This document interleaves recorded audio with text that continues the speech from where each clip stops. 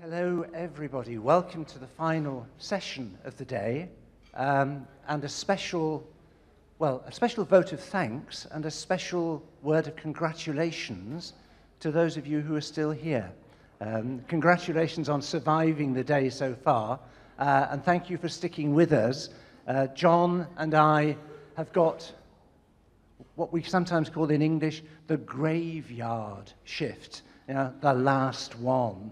And a number of people have decided they've learnt enough today and have left us alone. Fine, thank you very much. But thank you very much for staying, and I hope you'll find it interesting and worth it. What John and I want to look at with you, I'm going to talk for the first part and then hand over to John. We want to look at an area which has become, in the few days that I've been in India. I flew out on Monday of last week, and I've been here 4 or 5 days, taking part in a lot of activity and work to do with the Quality Standards Framework, but yesterday taking part in the launch of a new British Council publication about CPD. And in the time that I've been here in India, apart from sets and subsets, the other word that has been on everybody's lips has been CPD, continuing professional development. And we just want to look at this fairly briefly and fairly quickly and fairly, I hope interestingly, in relation to the Quality Standards Framework, and how does CPD relate to the Quality Standards Framework and the Quality Standards Programme. Because just as a starting point, one of the 10 areas that we look at is CPD, is continuing professional development. So within the framework, we're very interested in what schools are doing in this area. And so I think it's legitimate to talk about it here, but also because other frameworks and other areas are involved, which I hope you will find interesting. Now, there aren't many of us left, but among the people who are here, have we got any school principals actually in the audience? 1, 2, 3, 4, oh, okay, fine. Well, we've got some, because I've got a question for school principals, and if you are a school principal, if you're not a school principal, think about your school principal. And my question to the school principals is, do you want good teachers in your school? I can see a number of people thinking, yeah, of course. Why? Okay, I mean, of course you do. Nobody would say, oh, I don't want good teachers in my school. No. Of course you want good teachers in your school, but then why do you want good teachers? Because they'll do good. Okay. Any other suggestions? Why might a principal want good teachers in his or her school? Sorry? Okay, to improve the quality, the standard of education. Okay, I don't know if you caught that. So to do justice to the profession. That's why we want teachers, good teachers in our school. To do justice to the work of the school is another way of looking at it, isn't it? I mean, in a way, the question is, the answers to the question are obvious answers, but it's worth asking them anyway, because it may throw up some insight for us into why we should bother investing time and money and energy in helping teachers in this way. And I think the reason is actually quite simple in terms of a diagram. If we start in the top left-hand corner, we say, good teachers lead to good teaching, we assume. Good teaching leads to good learning, we assume. And good learning means that you've got happy students. And equally importantly, happy parents. So that's what every school principal wants, I think. You want happy students, you want happy parents, you also want happy teachers. But the focus on the outcome of having good teachers is that you have happy students, you have happy parents, and that's a nice position to be in. You've got a good school with good teachers, happy students, happy parents. Wow, we all want to be there. That's a good place to be. But there's a number of problems about this, aren't there? We can all say easily, yeah, we want good teachers. My school employs good teachers. My school only employs good teachers. We as teachers want to be good. But what do we mean by a good teacher? What is it that makes a teacher good? And that's a that's a really interesting question. It's a sort of philosophical question. It's a theoretical question. But it's also a very practical question, because we can all sit down and imagine our idea of what a good teacher is. Maybe some of us, some of you, some of us, maybe you're lucky enough to be able to think back over your education, either at school or at university or in later life. Think back to a time when you actually had a good teacher, a teacher who really helped you and your colleagues with learning in whatever area it might be.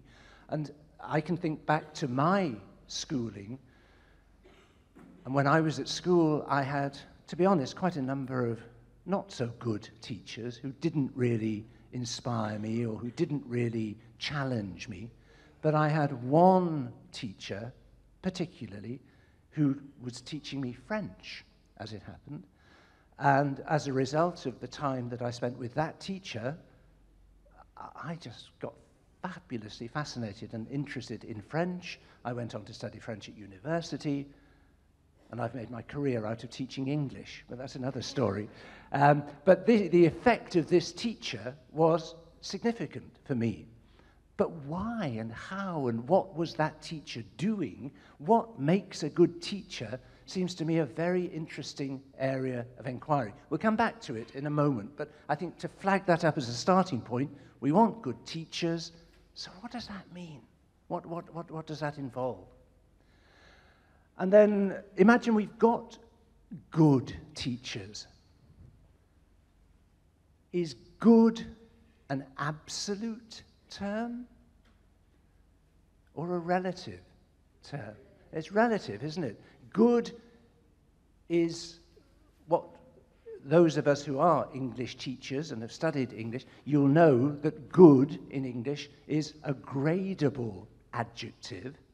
It's not a non-gradable adjective. So you can be good, you can be quite good, you can be very good, you can be extremely good. So good is a developing concept. It's not something which you stop being with no prospect of getting better. I mean, we even have the comparative form, don't we? So this is good, but this is better. So how do we help our teachers to keep getting better? Because I think one of the beliefs of a lot of people in education is that you never reach a point where you can think seriously, there's no further to go. There's always somewhere further to go. There's always some improvement to make. So how can we help our teachers to do that? And again, I'm thinking of the principals, the school principals. What can you, as the school principal, do to facilitate this for your teachers? Because the third area on the side there is about responsibility. Because I know that in the world, there are schools and school principals who will say, yes, of course I believe in teacher development, but it's up to the teachers to develop themselves. They're adults, they're autonomous adults, they should take responsibility for their own development. Fine, let them do it.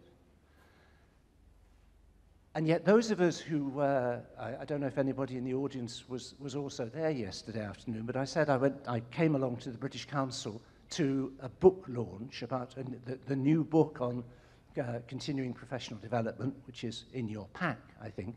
That was launched at a little ceremony yesterday in the British Council, and a number of people talked about CPD, Continuing Professional Development, and how it could best be made to work.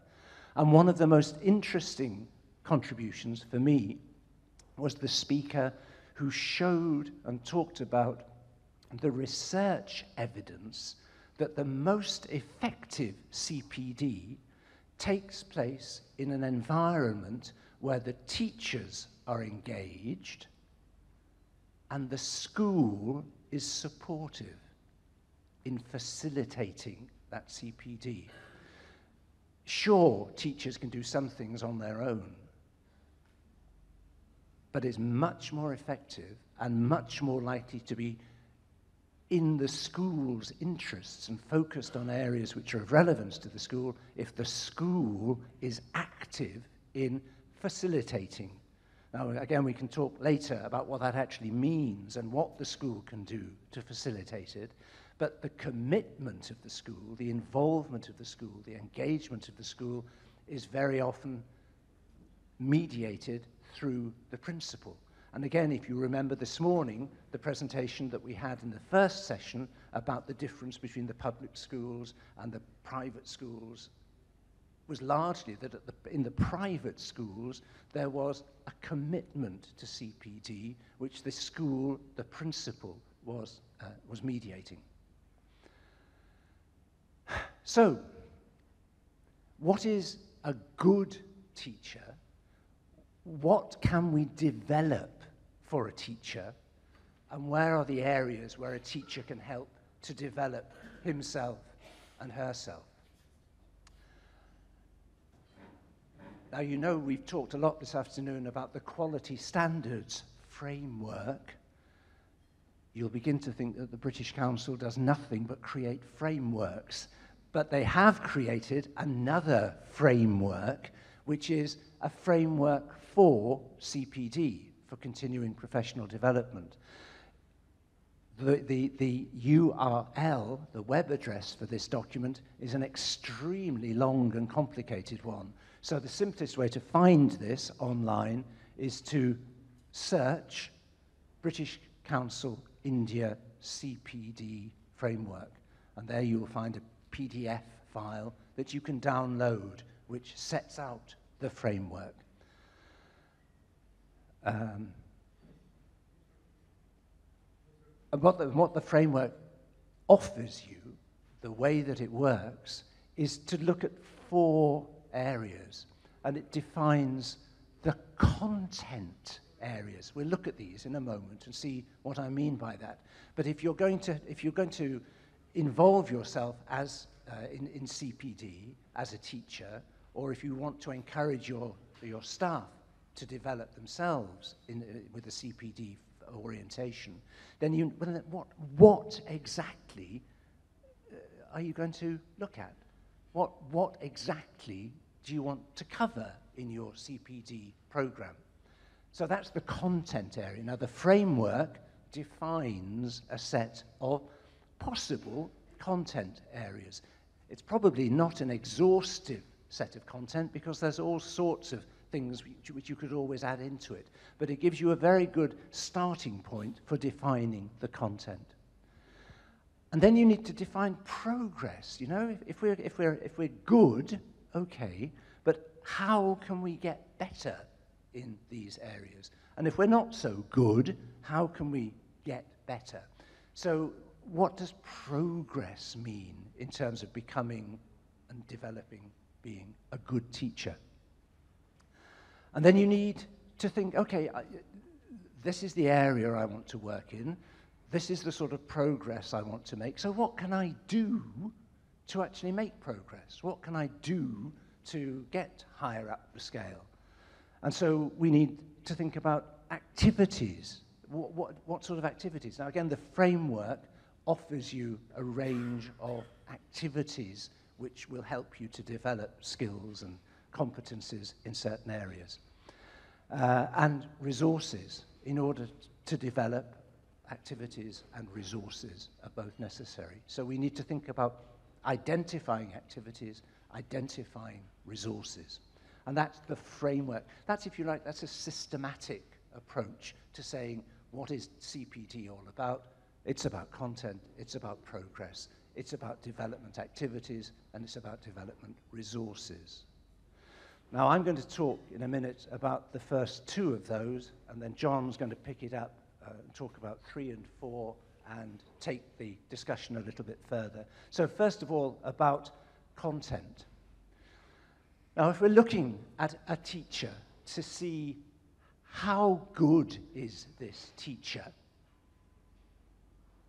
we might look in 3 areas. And one is to look at the formal qualifications that this teacher has. Now, formal qualifications are not always an indicator of a good classroom teacher, but it's a starting point, okay? And it's something tangible and something specific that you can look at. And you can look at a teacher's general level of education and a teacher's specific qualifications in the field of ELT. And you can check those quite easily. You can look at a teacher's certificates and you can see, yeah, this teacher has taken this award, this degree, this certificate, that certificate, and you can check those. And you can make progress by moving up the ladder. If you've got a B Ed, then you can take an M Ed, or you can take a PhD. I mean, you can move up the ladder in a fairly obvious way in relation to formal qualifications. Then if we're talking about an English teacher, and in this room, in this forum, in this context, that's what we're talking about, then another obvious area in which we need to be interested is the teacher's English language ability and competence. So how good are my teachers at English? That's a question a principal might be interested to know the answer to.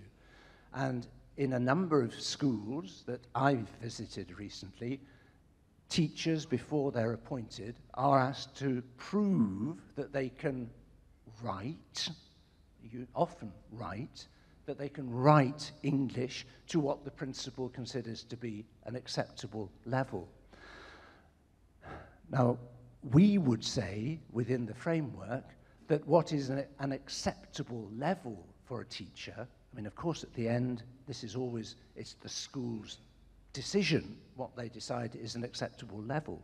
But we would say that the level should be defined externally, that there should be some external reference point that the teacher can turn to prove that they're at a level. And that often means taking an external test which is recognized as being at a certain level.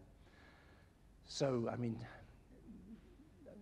you could take something like the IELTS test, which I'm sure many of you are familiar with, and say, we want all our teachers to have a score of, I don't know, 6.5, 5.5, 7. You name the level for your school, but you would say, I want my teachers to show they are at this level. And then you're referencing yourself against an external benchmark.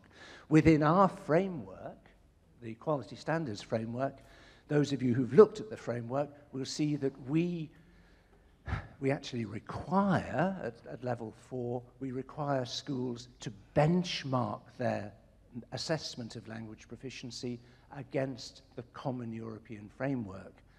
And this is one of the areas that John mentioned earlier, that probably a lot of schools are not doing that at the moment, but we think, or we feel, the scheme feels, that referencing the language proficiency of your teachers and your students against an external, internationally recognized standard is a good thing to do.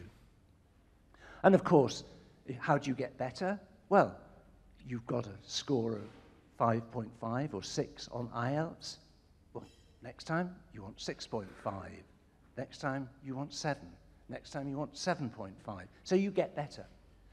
And then there's this area, the third area, of what makes a good teacher is what we've called teaching and personal competencies.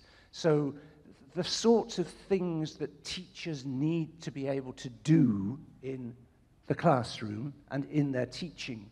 And these are a mixture, to some extent, of personal qualities and characteristics and teaching, well, teaching competencies, things which are specific to the domain of teaching. So, I mean, some examples of the sorts of things that teachers need to be able to do.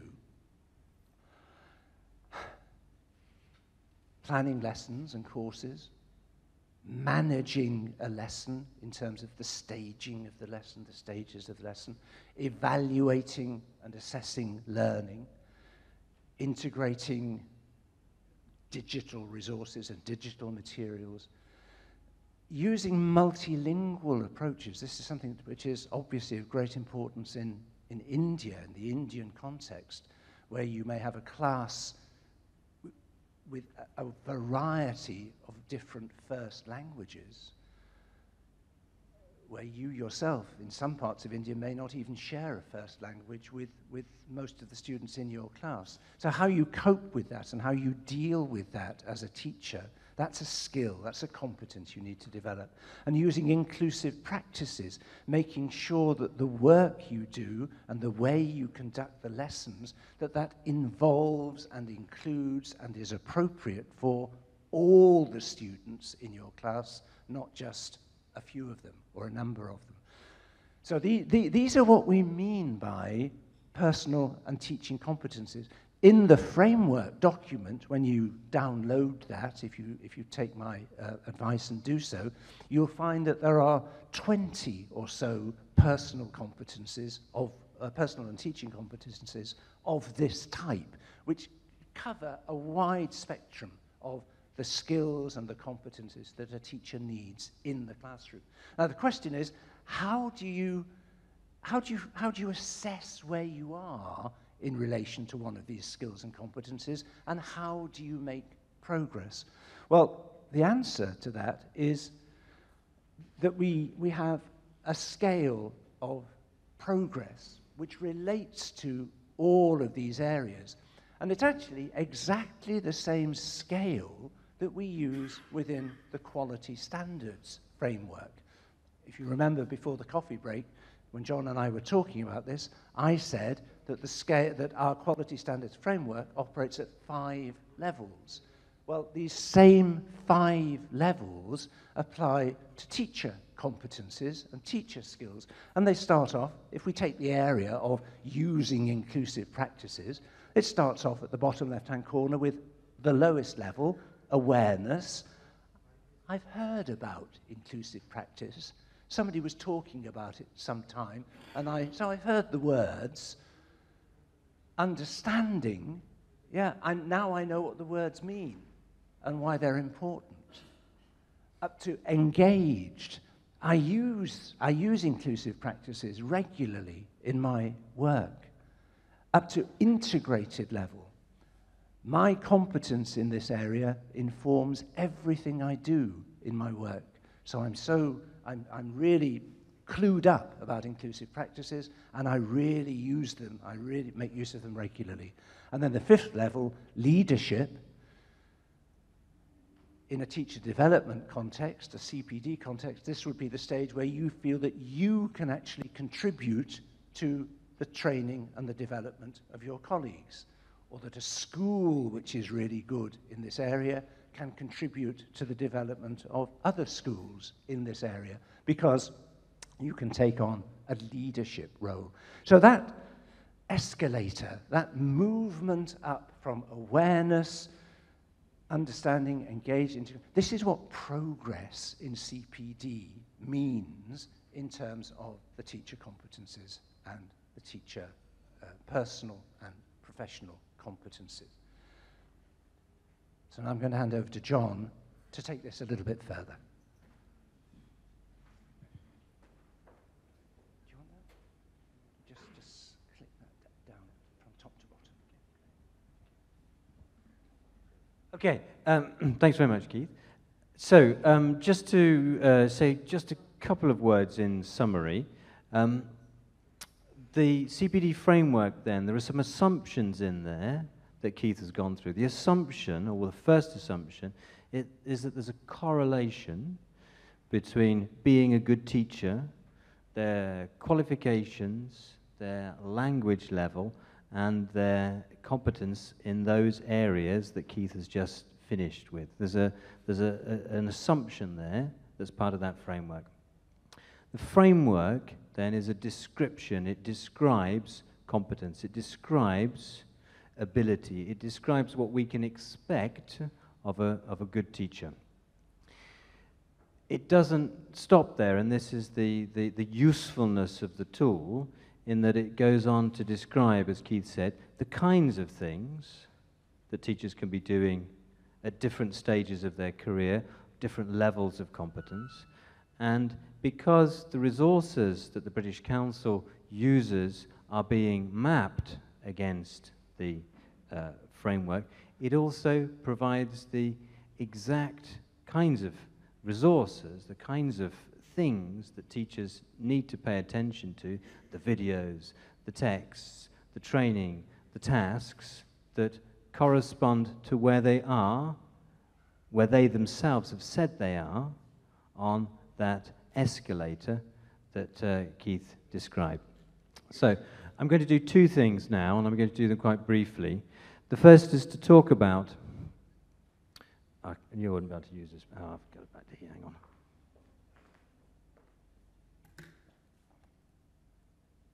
Okay, I'm going to do two things. I'm going to talk about activities and resources, so practical things that teachers can do, and I've got a booklet here that outlines some of those activities, which I'll hand out in a minute. And the second thing I'm going to do, which really is the focus of this second session, is to relate the CPD framework to the Quality Standards Programme, to the Quality Standards Framework, to see how those two things overlap and complement each other.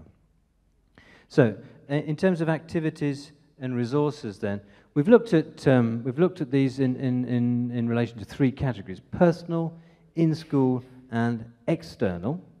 And for example, personal activities: developing self-awareness, systematic reflection, and target setting. So one of the things that I think is obvious, but every time I go into a school I'm reminded of it, one of the things that teachers need to do and need to be supported in doing is to reflect on what they are doing and what works well and what doesn't work well. Everybody keeps saying this.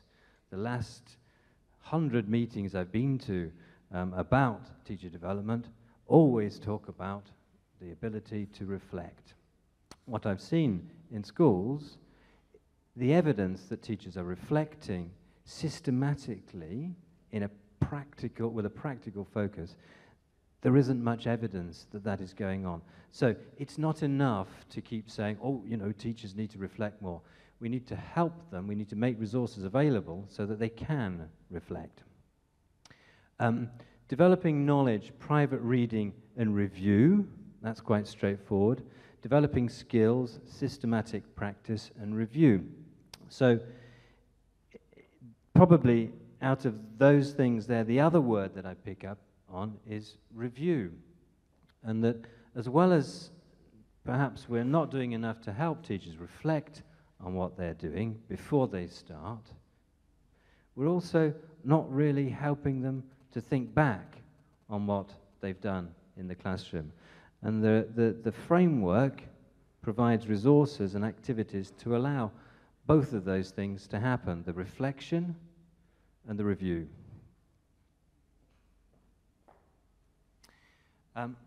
In terms of in-school activities then, again, it's something that we're always talking about, the informal opportunities. Staff rooms, they're full of people who are doing very similar work. It's an obvious thing that they will talk about, what they're doing, why they're doing, how it's working, all of those things.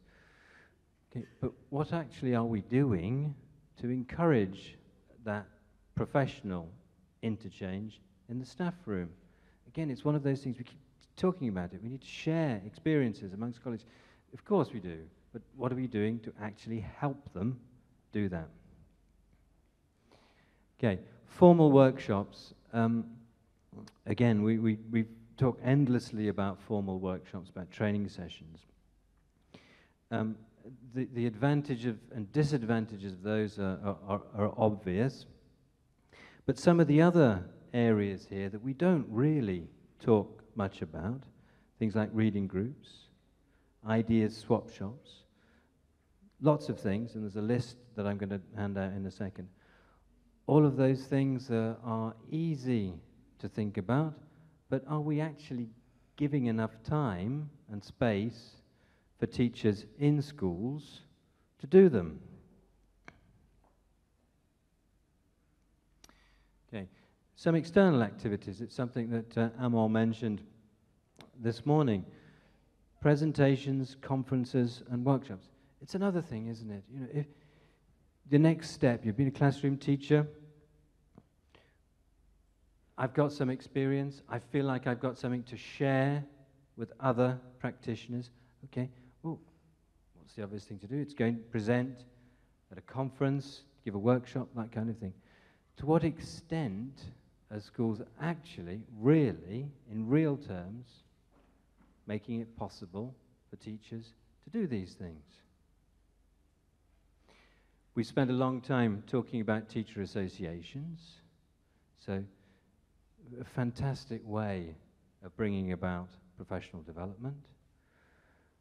What are schools doing to encourage teachers to become members of teacher associations? We've talked long and hard about the importance of self-motivation, and clearly that is the most fundamental element of developing as a teacher. But what we want to talk about today, and that's one of the things that's very present in the Quality Standards Programme, it's about the responsibility of the institution for all the reasons that Keith spoke about this morning. Why do we want good teachers? It's looking at that responsibility, and it's measuring that responsibility, and it's laying out steps that schools can take to make sure that they are actually facing up to that responsibility.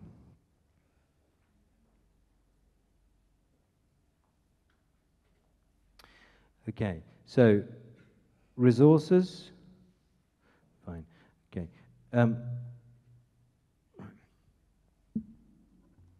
So before we move on to looking at Standard 5, I would like to hand this out. This is a very small booklet that suggests a number of different ways that teachers can go about. If you could help me, that would be great. Thank you very much, Emil. That teachers can go about the business of securing their own professional development. It's for teachers, but what I'm saying and what we're saying and what we say through the Quality Standards Programme, it's for teachers and it's for principals and it's for schools. It's their responsibility too.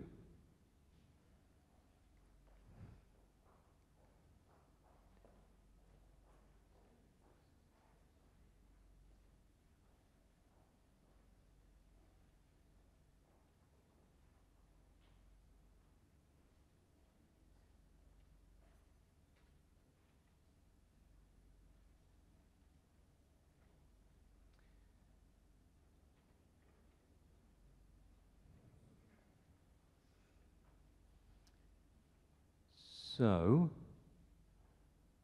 the CPD framework then, it's a description of competence. It describes a good teacher. It talks about the kinds of activities that a teacher can be involved in for their professional development. It talks about the resources that are available to help them. And it gives them a scale against which they can assess what level they're at, what stage they're at. And it pinpoints particular areas that they can improve on. Planning lessons. Exploiting resources in the classroom.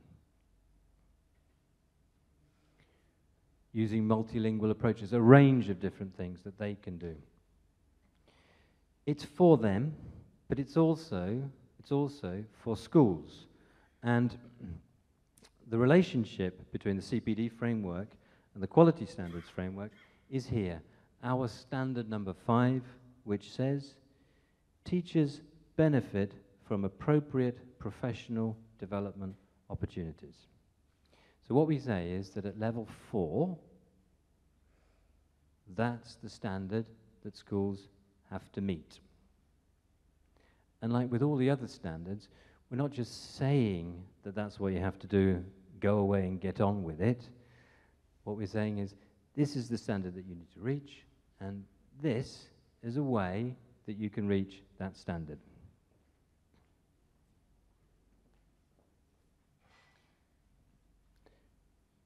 Okay, so agreed, relevant, and coherent. Agreed, relevant, and coherent. The CPD framework provides the opportunity to suggest relevant opportunities, because using the framework you can see what level, and teachers can see what level they're at, and you can pinpoint the resources that will be of most benefit to them. Coherent? Yes, it's coherent, because as Keith was saying, it takes teachers through a particular process from awareness to leadership, from being a novice, of being a beginner in a certain area, to somebody who is helping their colleagues and other teachers to develop. So it's coherent in that sense. Agreed?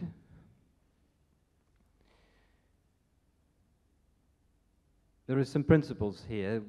Keith identified them earlier. In terms, if we asked you the question, do you currently have relevant and coherent and agreed development opportunities for teachers? Our experience is, and if we base your answers on what our experience is, principals say, yes, yes, of course we do. Yes, we had 14 workshops last year. So we go along to the teachers, and during the teacher focus group, we ask them the same question, and they say, yes, yes, yes, yes, we had 14 workshops last year. It was great. And we ask the question, why did you choose these particular workshops? And if we ask that question to the teachers and the question to the principals, we probably don't get the same answer. So there are many, many things that are going on in terms of professional development opportunities that schools are organizing, but on the whole, our experience is that they could be more relevant, they could be more coherent, and they could probably be more agreed too. That's what we would say, that's what our experience is. And the CPD framework, as a tool, enables schools and enables teachers to come to that agreed, relevant, coherent framework, program of events. So, the kind of things that we're talking about, so as well as the standard, as well as the resource, as well as the tool, we'd like to give you an example, the kind of thing that we're talking about. So, this is an example. It's not a standard, it's a way of meeting the standard. It's very straightforward.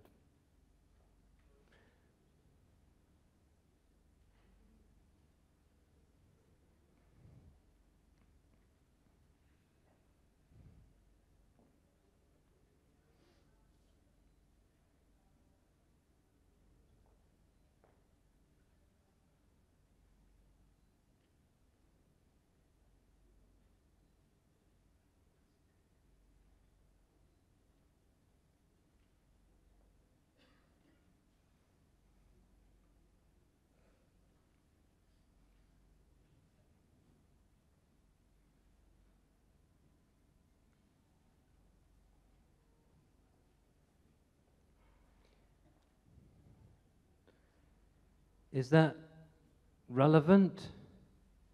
Is it coherent? Is it agreed?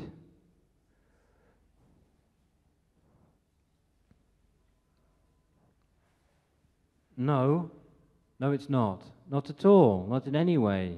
Is it any of those things? It can only be those things if you have sat down with your teachers and said, okay, so using the CPD framework as a reference, thinking about the needs that you have, the needs of the school, the needs of the teachers, but most importantly, the needs of the students. Our students need this kind of teaching, therefore our teachers need to be able to have these skills or develop these skills or focus on these areas, that you've sat down with the teachers and said, okay, so these are the areas, these are the things that we would like to work on, all right? And we're going to do them, all of them, next Saturday between and then we're going to do them over a period of time. And we're going to get feedback on how they're working, and we're going to measure the impact of them. We're going to ask the children if, as a result of this particular change, let's say in the way the teacher goes about presenting a particular activity, and we're going to look at that coherently as a whole. What might it include? Well, after you've done that exercise, it might include those things. It might include a plan for each quarter.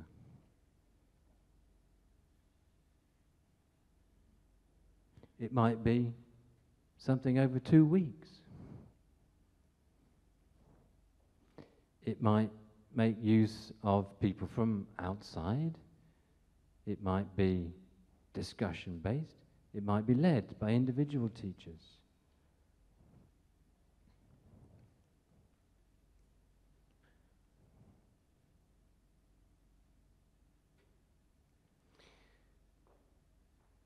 Some of these things that you agree to do together will cost money.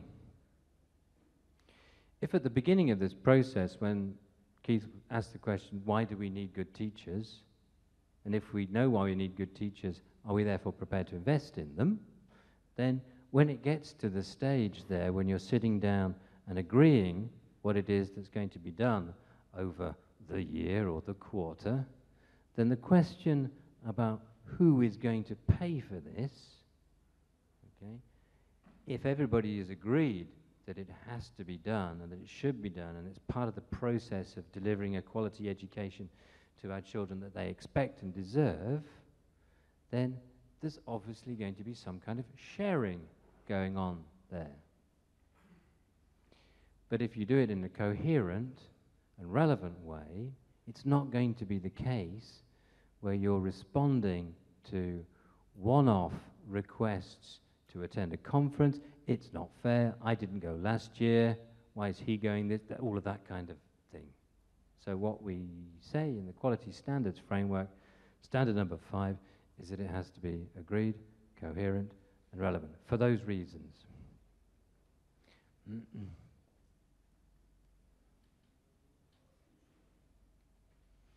So, 2 things to leave you with before we hand over to Chris. These are all suggestions. The Quality Standards Framework, the Quality Standards Program, the Consultancy Service, all of the things that are in the Quality Standards Program, they are suggestions. They are things that we believe very strongly will contribute to an improvement, to the reflection, to the review of what English medium schools do in English language in India. They are suggestions. The framework, the CPD framework, likewise is a suggestion that we believe very strongly that it will have a very beneficial effect. And those two things together, in relation to professional development, the CPD framework and the quality standards framework, we think are two very, very powerful tools that bring together a description of professional development and a system that will help to root that professional development in your school in an agreed, relevant, and coherent way. Okay. I've said all that I'm going to say, I think, today. Do any of you have any questions or any comments that you would like to add or put forward before we finish? Hello?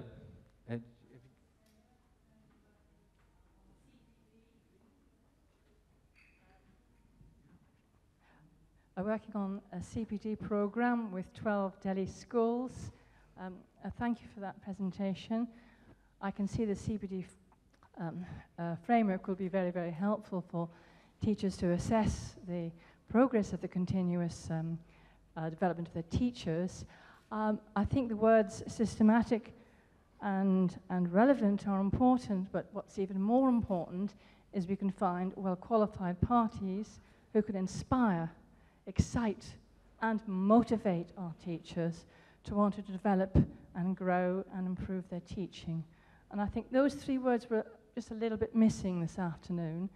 In my experience, in my very limited experience, as I'm a newcomer to India, of working with teachers, I find that the best form of development so far has been teachers talking to each other, exciting each other, sharing experiences, and being given the opportunity to go back to the classroom to use the material that they've discussed and shared. And I would just ask one more thing, that possibly you have a quality standards criteria for the providers of CPD, because some of the feedback I've had is that some of the workshops they go to are not particularly helpful and not particularly inspiring and not particularly relevant. So thank you very much.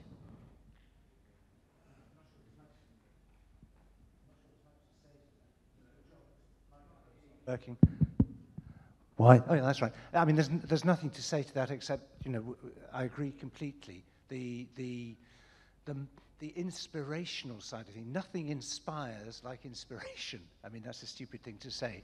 But all the dry dust in the world is not going to inspire teachers. A single spark can do that. In a sense, though, it's very difficult to plan for that and to predict the outcomes. I think as a school principal, you want to have a little bit of sense of direction as to where this is going, and that's what the framework can suggest, can provide. But among the resources that John was talking about for moving down that path, I think you can, a lot of, one of them that was mentioned was informal contact between teachers, and then workshops. But then a workshop is a very movable feast. A workshop can be the inspirational teacher leading a workshop. A workshop can be a less than inspirational person leading it. So I entirely agree that the most powerful development is sparked somehow in the individual. The trick is to channel that in the right direction for the school and for the individual himself or herself. Just to in response to the second question about the quality, if you like, of the professional development opportunities that are provided. Talked a little bit about this morning, about teacher educators in that sense. Well, in addition to the CPD framework for teachers, we're in the process of developing a framework for teacher educators as well.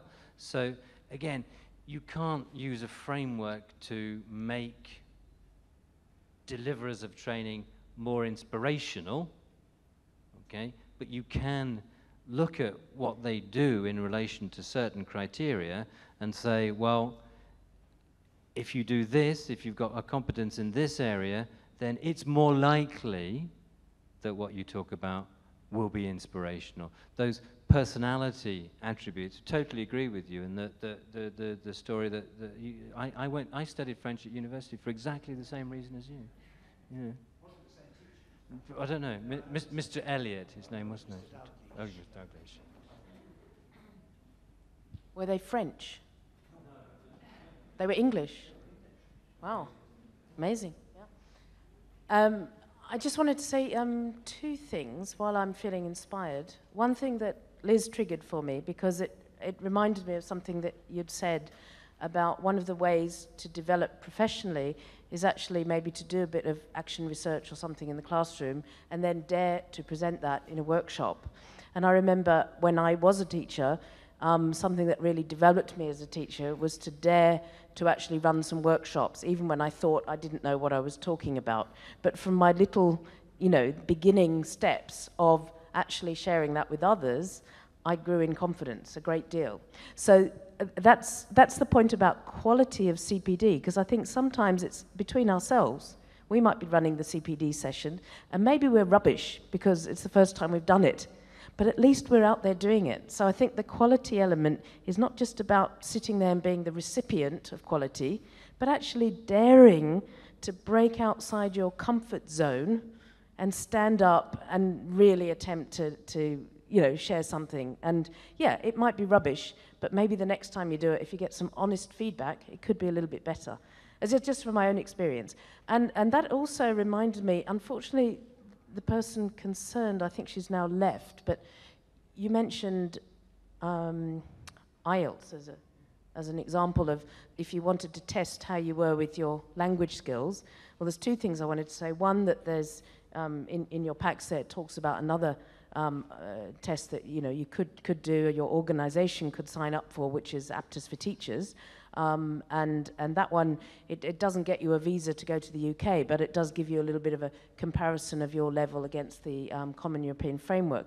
But secondly, on the IELTS bit, the woman I was talking to, she sounded very, very good in English. She, like you, was at this conference. And she was asking me about IELTS, and I said, well, are you interested in being an IELTS examiner? Because we need lots of IELTS examiners. And she said, oh, no. I looked at the website, and I saw that you have to be 99999, which is the top level of IELTS, to be an examiner. And she said, I looked at it, and I got frightened, and I never wrote to you. And I said, well, how do you know you're not 99999? Because she sounded pretty good to me. And I'm just a director of exams. I don't actually do the examining. I used to be an examiner, so I kind of have an idea. And she said, oh, I don't know how I know. I just thought that. And I said, well, why don't you go ahead and test yourself? And you might get a pleasant surprise. You might actually be 99999. Or you might be 9, 7.5, 8, 6. You might have what we call a jagged profile. But hey, it gives you some feedback about your level. And let's imagine that you are 9999. How are you going to feel? And she actually grew taller in front of me. And so all I was going to say is that tests sometimes are really, really useful because they let us know where we stand. And don't be afraid of them, because either you are 99999 or you're not. And if you're not and you want to be, what can you do? You can maybe sort of work to try and get better. And if you think you're going to give a rubbish CPD workshop, we'll do it anyway, because the feedback will help you to improve. So that's my little inspirational piece at the end of this, because it's certainly how I helped my own development by sometimes testing myself. And testing isn't just formal testing, it's actually daring to run a workshop, which is pretty scary. How many of you have run a workshop, by the way? Hands up. Hands up. Liz, I'm sure you have. Yeah. Okay, so most of us have done. Some people didn't put their hands up. It means you haven't dared to do it. So I dare you to do it. That's it.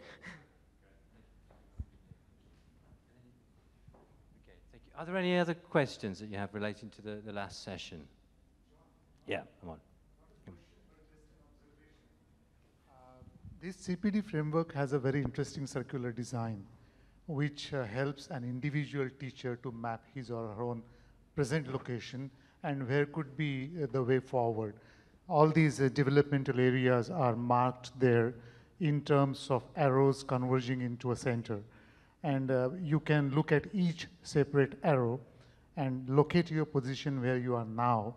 And you also look at the possibilities in progressing along those arrows. And it's a very interesting tool which helps us to realize where we are in different developmental areas and where we might go. And I believe that that framework too, that map is also under revision, and hopefully in another couple of months' time we will have even better version. So if someone wants to do it on his or her own, irrespective of school or institutional support, even then that framework is a very useful tool. Great. Okay, thank you very much. And it's the new one is going to be out in April. Okay. In April. 11th to 14th of April in Manchester. Right. Okay. Thank you very much, Alison.